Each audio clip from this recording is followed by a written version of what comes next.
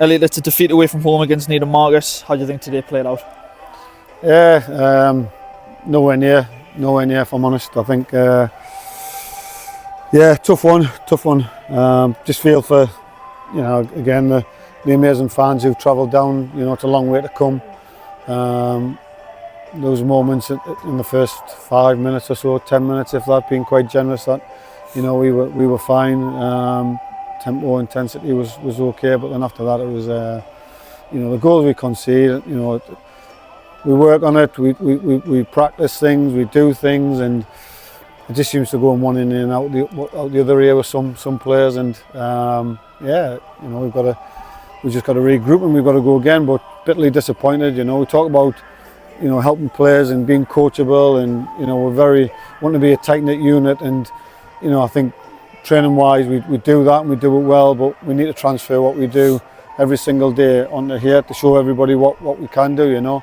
It's like two different bunch of men turn up on a match day. I mean, it's harsh to say it's everybody, because there's a good handful of lads who they run through a brick wall for the football club. And I don't need to say who they are, because it's evident when you see how they play, and fair play to those players. But yeah, we've got to regroup and we've got to go again. And we knew we had to start the second half a man down due to a red card in the first half. What was the instructions at half time? So we just said that we need to totally contradictory to how we want to normally play. We just said, let's play a little bit more direct, let's play the ball forward a little bit more, and let's just sort of play a bit more percentage football, rather than we give goals away in poor areas and poor times, and let's just not take those risks. And we had to work. We changed the shape, and everybody on the pitch had to put a shift in. They had to work hard. They had to dig deep, and had to do something for each other and for the club and for the supporters. That's what it was about. Make sure that second half we do that. And if there's any little bits of positives from today, I would say that they probably did that.